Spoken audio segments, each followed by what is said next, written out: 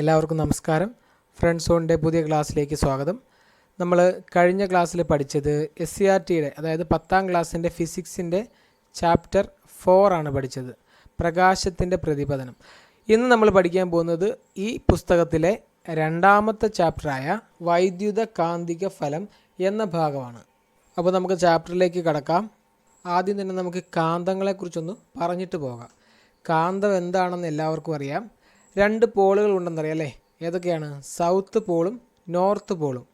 നിങ്ങൾ ഈ ചിത്രത്തിൽ കാണുന്നത് വിവിധ തരം കാന്തങ്ങളാണ്. അതായത് ബാർ മാഗ്നറ്റ്, അതുപോലെ തന്നെ ring magnet, magnetic needle, U type magnet അല്ലെങ്കിൽ ഹോഴ്സ് ഷൂ മാഗ്നറ്റ് എന്നൊക്കെ പറയും. അതുപോലെ തന്നെ ഡിസ്ക് മാഗ്നറ്റ്, റിംഗ് മാഗ്നറ്റ്, അങ്ങനെ പല മാഗ്നറ്റുകളും നമുക്കിവിടെ കാണാം.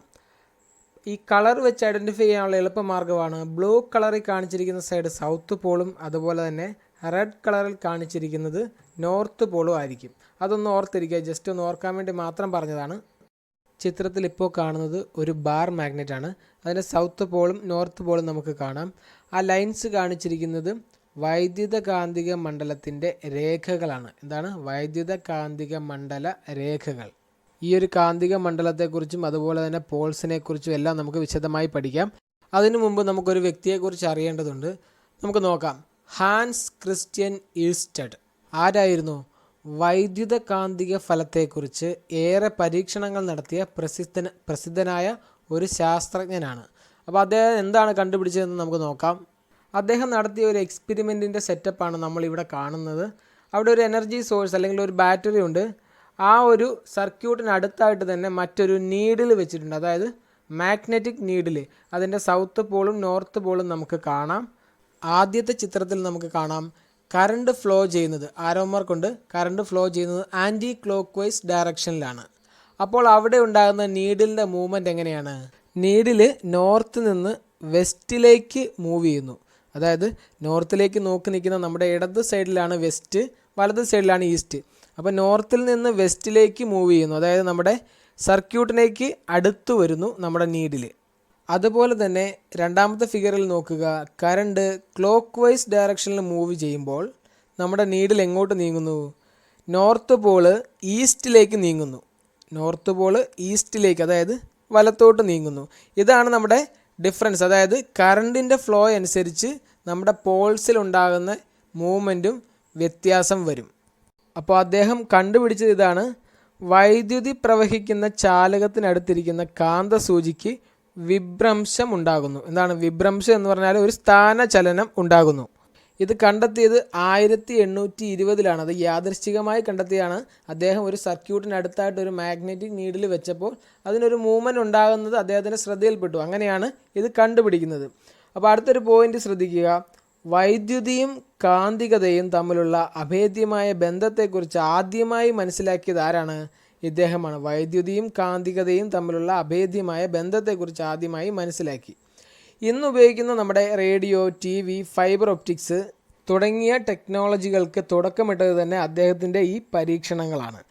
കാന്തിക മണ്ഡലത്തിൻ്റെ തീവ്രതയുടെ CGS യൂണിറ്റിന് നമ്മൾ അതുകൊണ്ട് ഈർസ്റ്റഡ് എന്നാണ് പേര് നൽകിയിരിക്കുന്നത്. ഓർത്തിരിക്കുക, കാന്തിക മണ്ഡലത്തിൻ്റെ തീവ്രതയുടെ CGS യൂണിറ്റ്, SI യൂണിറ്റ് അല്ല, CGS യൂണിറ്റിന് നമ്മൾ അദ്ദേഹത്തോടുള്ള ബഹുമാനാർത്ഥം ഈർസ്റ്റഡ് എന്നാണ് പറയുന്നത്, അല്ലെങ്കിൽ പേര് നൽകിയിരിക്കുന്നത്. അദ്ദേഹത്തിൻ്റെ പേര് ഒന്നുകൂടി ഓർമ്മിപ്പിക്കുകയാണ്, ഹാൻസ് ക്രിസ്റ്റ്യൻ ഈർസ്റ്റഡ്.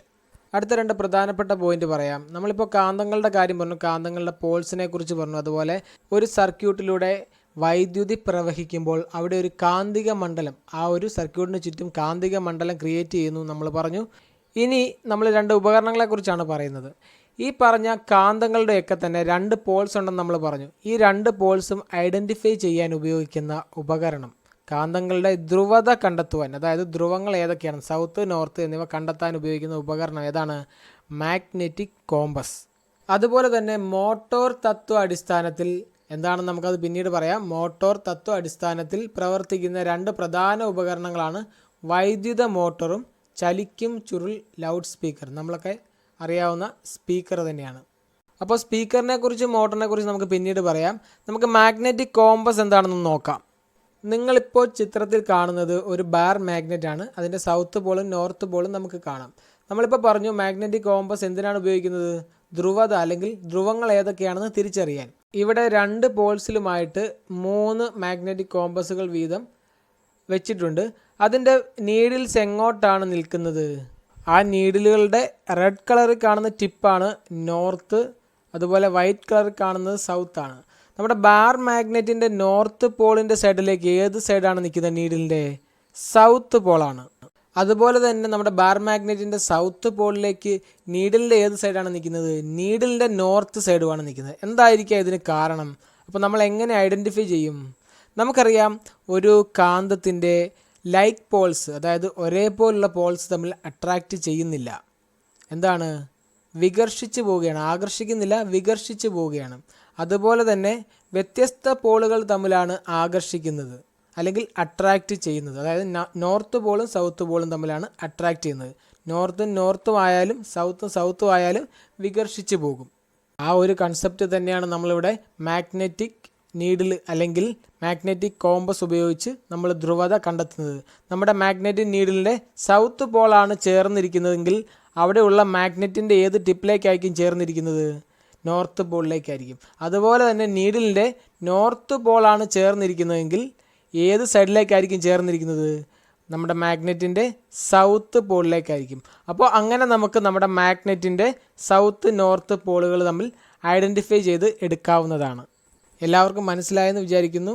ഒരേ ഒരു കൺസെപ്റ്റ് മാത്രമേ ഉള്ളൂ. ഒരേ പോൾസ് തമ്മിൽ വികർഷിക്കുന്നു, വ്യത്യസ്ത പോൾസ് തമ്മിൽ ആകർഷിക്കുന്നു. അപ്പോൾ നീഡിലിൻ്റെ ടിപ്പ് വെച്ച് നമുക്ക് മാഗ്നറ്റിൻ്റെ പോൾസ് കണ്ടുപിടിക്കാവുന്നതാണ്. ഇനി നമ്മൾ പറയാൻ പോകുന്നത് കാന്തവുമായി ബന്ധപ്പെട്ട ഒരു പ്രധാനപ്പെട്ട നിയമമാണ്.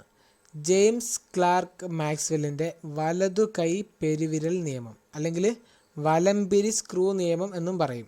വലതു കൈ പെരുവിരൽ നിയമം അല്ലെങ്കിൽ വലംപിരി സ്ക്രൂ നിയമം എന്താണെന്ന് നമുക്ക് നോക്കാം. അദ്ദേഹം പറഞ്ഞ ഇതാണ്. നമുക്കിത് ആദ്യം ഒന്ന് വായിക്കാം, എന്നിട്ട് നമുക്കൊരു ചിത്രത്തിലേക്ക് പോകാം. തള്ളവിരൽ വൈദ്യുത പ്രവാഹ ദിശയിൽ വരത്തക്ക രീതിയിൽ ചാലകത്തെ, അതായത് നമ്മുടെ കണ്ടക്ടർ, കറണ്ട് പാസ് ചെയ്യുന്ന ആ ഒരു ചാലകത്തെ വലതു കൈകൊണ്ട് പിടിക്കുന്നതായി സങ്കല്പിക്കുക. അങ്ങനെ സങ്കല്പിക്കുമ്പോൾ ചാലകത്തെ ചുറ്റി പിടിച്ച് നമ്മുടെ മറ്റ് വിരലുകളുണ്ടല്ലോ, ഈ വിരലുകൾ കാന്തിക മണ്ഡലത്തിൻ്റെ ദിശയിലായിരിക്കും. ഇനി നമുക്ക് ആ ചിത്രത്തിലേക്ക് പോകാം. ഈ ഒരു ചിത്രം ശ്രദ്ധിക്കുക. വലത് കൈ പെരുവിരൽ നിയമം. നമ്മൾ പറഞ്ഞു, നമ്മുടെ ചാലകത്തെ അല്ലെങ്കിൽ കണ്ടക്ടറിനെ, കറണ്ട് പാസ് ചെയ്യുന്ന കണ്ടക്ടറിനെ നമ്മൾ വിരലുകൾ കൊണ്ട് പൊതിഞ്ഞ് പിടിക്കുകയാണ്. നമ്മുടെ തള്ളവിരൽ നേരെ നിൽക്കുന്നു. അപ്പോൾ നമ്മൾ ഈ വിരൽ, നമ്മുടെ ആ ഒരു പെരുവിരൽ നീണ്ടു നിൽക്കുന്ന ആ ഡയറക്ഷനിലായിരിക്കും നമ്മുടെ വൈദ്യുത പ്രവാഹത്തിൻ്റെ ഡയറക്ഷൻ, അതായത് കറണ്ട് ഫ്ലോ ചെയ്യുന്നത്. അങ്ങനെ കറണ്ട് ഫ്ലോ ചെയ്യുമ്പോൾ നമ്മുടെ കാന്തിക മണ്ഡലം ഏത് ദിശയിലായിരിക്കും? നമ്മുടെ ചുറ്റിയിരിക്കുന്ന നമ്മുടെ മറ്റ് വിരലുകൾ കണ്ടല്ലോ, ആ ഒരു ഡയറക്ഷനിലായിരിക്കും നമ്മുടെ കാന്തിക മണ്ഡലത്തിൻ്റെ ദിശ എന്ന് പറയുന്നത്. ഇത് മറ്റൊരു രീതിയിൽ നമുക്ക് പറയാം. ഒരു സ്ക്രൂ നമ്മൾ പിരിച്ച് എവിടെയെങ്കിലും തറയ്ക്കുകയാണെന്ന് വിചാരിക്കുക. ഒരു സ്ക്രൂ നമ്മൾ തിരിച്ചല്ലേ കയറ്റുന്നത്. അപ്പോൾ ആ തിരിക്കുന്ന ഡയറക്ഷൻ ഉണ്ടല്ലോ, അപ്പോൾ വലത്തോട്ടാണ് കറക്കുന്നതെങ്കിൽ അതായിരിക്കും നമ്മളുടെ കാന്തിക മണ്ഡലത്തിൻ്റെ ഡയറക്ഷൻ, ആ ഒരു കറങ്ങുന്ന ആ ഡയറക്ഷൻ. സ്ക്രൂ നേരെ താഴോട്ടല്ലേ പോകുന്നത് കറങ്ങുമ്പോൾ. അപ്പോൾ ആ സ്ക്രൂ പോകുന്ന ആ ഒരു നീളത്തിലുള്ള താഴേക്കുള്ള ആ ഒരു ദിശയായിരിക്കും നമ്മുടെ വൈദ്യുത പ്രവാഹത്തിൻ്റെ ഡയറക്ഷൻ. ഈ ഒരു രണ്ട് ഡയറക്ഷൻ കാണിക്കാനാണ് നമ്മൾ വലംപിരി സ്ക്രൂ നിയമം അല്ലെങ്കിൽ വലതു കൈ പെരുവിരൽ നിയമം എന്ന് പറയുന്നത്. നമ്മൾ ഇനി പറയാൻ പോകുന്നത് സോളിനോയിഡിനെ പറ്റിയാണ്. എന്താണ് സോളിനോയിഡ്? സർപ്പിൾ ആകൃതിയിൽ ചുറ്റിയെടുത്ത കവചിത ചാലകമാണ് സോളിനോയിഡ്. സർപ്പിൾ ആകൃതി എന്ന് പറയുന്നത് നമ്മുടെ കോയിലായിട്ട്, അതായത് ഒരു ചുരുൾ എന്നാണ് അതിൻ്റെ അർത്ഥം.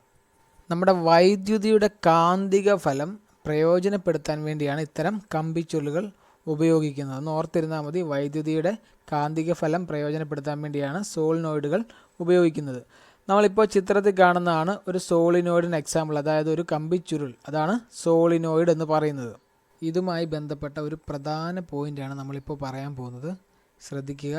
വൈദ്യുതി പ്രവഹിക്കുന്ന സോളിനോയിഡിൽ, അതായത് വൈദ്യുതി കടന്നു പോകുന്ന ഒരു കമ്പിച്ചുരുളിൽ വൈദ്യുത പ്രവാഹം പ്രദക്ഷിണ ദിശയിൽ, അതായത് നമ്മുടെ ക്ലോക്ക് വൈസ് ഡയറക്ഷൻ, പ്രദക്ഷിണ ദിശയിൽ പ്രവഹിക്കുന്ന അഗ്രത്ത് ദക്ഷിണ ധ്രുവവും, അതായത് സൗത്ത് പോൾ. അപ്രദക്ഷിണ ദിശയിൽ, അതായത് ആൻറ്റി ക്ലോക്ക് വൈസ് ഡയറക്ഷനിൽ വൈദ്യുതി പ്രവഹിക്കുന്ന അഗ്രത്ത് ഉത്തര ധ്രുവവുമായിരിക്കും, അതായത് നോർത്ത് പോളും ആയിരിക്കും. മനസ്സിലായെന്ന് വിചാരിക്കുന്നു. നമുക്കൊരു ചിത്രം വെച്ച് പറയാം. നിങ്ങളിപ്പോൾ കാണുന്ന ചിത്രത്തിൽ ആദ്യത്തെ നോക്കുക, ഫിഗർ എ നോക്കുക. അതിൽ കറണ്ട് ഫ്ലോ ചെയ്യുന്നത്, അതായത് ഒരു സോളിനോയിഡാണ് ആ ഒരു റൗണ്ട് ഷേപ്പിൽ കാണിച്ചിരിക്കുന്നത്. കറണ്ട് ഫ്ലോ ചെയ്യുന്നത് ആൻറ്റി ക്ലോക്ക് വൈസ് ഡയറക്ഷനാണ്, അതായത് അപ്രദക്ഷിണ ദിശയിലാണ്. അങ്ങനെ വരുമ്പോൾ ഏതായിരിക്കും അഗ്രഭാഗത്തുണ്ടാകുന്നത്? നോർത്ത് പോളായിരിക്കും. അടുത്ത ഫിഗർ ബി നോക്കുക. ഇവിടെ കറണ്ട് അല്ലെങ്കിൽ വൈദ്യുത പ്രവാഹം ഏത് ഡയറക്ഷനിലാണ്? പ്രദക്ഷിണ ദിശയിലാണ്, അല്ലെങ്കിൽ ക്ലോക്ക് വൈസ് ഡയറക്ഷനിലാണ്. ഇങ്ങനെയുള്ള അഗ്രത്ത് ഏത് പോളായിരിക്കും? സൗത്ത് പോളായിരിക്കും. വളരെ സിമ്പിളായിട്ട് പറയാം. നമ്മൾ സൗത്ത് പോളും നോർത്ത് പോളും എസ് എന്നും എൻ എന്നും എഴുതി കഴിഞ്ഞാൽ രണ്ടിൻ്റെയും അക്ഷരത്തിൻ്റെ ടിപ്പിൽ വരുന്ന ലൈനിൽ ഒരു ആരോ മാർക്ക് ഇടുക. എന്നിൻ്റെ രണ്ട് ടിപ്പിലും വരുന്നത് ആരോ മാർക്ക് എങ്ങോട്ടാണ്? പുറത്തേക്കാണ് വരുന്നത്. അതുപോലെ തന്നെ എസ്സിലും പുറത്തേക്ക് തന്നെയാണ്, പക്ഷേ ഡയറക്ഷൻ ശ്രദ്ധിക്കുക. എന്നിൽ കാണുന്നത് ആൻറ്റി ക്ലോക്ക് വൈസ് ഡയറക്ഷനിലെ ആരോ മാർക്കും സൗത്ത് പോളിൽ, അതായത് എസ്സിൽ കാണുന്നത് ക്ലോക്ക് വൈസ് ഡയറക്ഷനിലുള്ള ആരോ മാർക്കുമാണ്. ഇതിൽ നിന്ന് നമ്മൾ ആദ്യം പറഞ്ഞ സ്റ്റേറ്റ്മെൻറ്റിലേക്ക് ഒന്നുകൂടെ പോകാം. അതായത് സോളിനോയിഡിലൂടെ വൈദ്യുതി പ്രവഹിക്കുമ്പോൾ വൈദ്യുത പ്രവാഹം പ്രദക്ഷിണ ദിശയിൽ വരുന്ന അഗ്രത്ത്, അതായത് ക്ലോക്ക് വൈസ് ഡയറക്ഷനിൽ വരുന്ന അഗ്രത്ത് ഏതായിരിക്കും? ദക്ഷിണ ധ്രുവം അല്ലെങ്കിൽ സൗത്ത് പോളായിരിക്കും. അതുപോലെ തന്നെ അപ്രദക്ഷിണ ദിശയിൽ വരുന്ന അഗ്രത്ത് നോർത്ത് പോൾ അല്ലെങ്കിൽ ഉത്തര ധ്രുവം ആയിരിക്കും. എളുപ്പവഴിയാണ് നമ്മൾ പറഞ്ഞ എന്നിനും എസ്സിനും ആ ഒരു ആരോ മാർക്ക് കൊടുത്തു കഴിഞ്ഞാൽ ആൻറ്റി ക്ലോക്ക് വൈസ് ആണോ ക്ലോക്ക് വൈസ് ആണോ എന്ന് നമുക്ക് പെട്ടെന്ന് കിട്ടും. അപ്പോൾ നമ്മൾ ഇന്ന് പഠിച്ചത് SCERT സ്റ്റാൻഡേർഡ് 10 ഫിസിക്സിൻ്റെ രണ്ടാമത്തെ ചാപ്റ്ററായ വൈദ്യുത കാന്തിക ഫലം എന്ന ചാപ്റ്ററിൻ്റെ പകുതി ഭാഗം മാത്രമാണ്. അപ്പോൾ പാർട്ട് 1 വീഡിയോ ആയിരുന്നു നമ്മളിപ്പോൾ ചെയ്തത്. ഇതിൻ്റെ ബാക്കി ഭാഗങ്ങൾ നമ്മൾ അടുത്ത വീഡിയോയിലായിരിക്കും പഠിക്കുന്നത്. അപ്പോൾ എല്ലാവരും ഈ നോട്ട് കറക്റ്റായിട്ട് എഴുതിയെടുക്കുക, പഠിക്കുക. ബാക്കി ഭാഗങ്ങളായിട്ട് നമുക്ക് അടുത്ത വീഡിയോയിൽ കാണാം. എല്ലാവർക്കും താങ്ക് യു.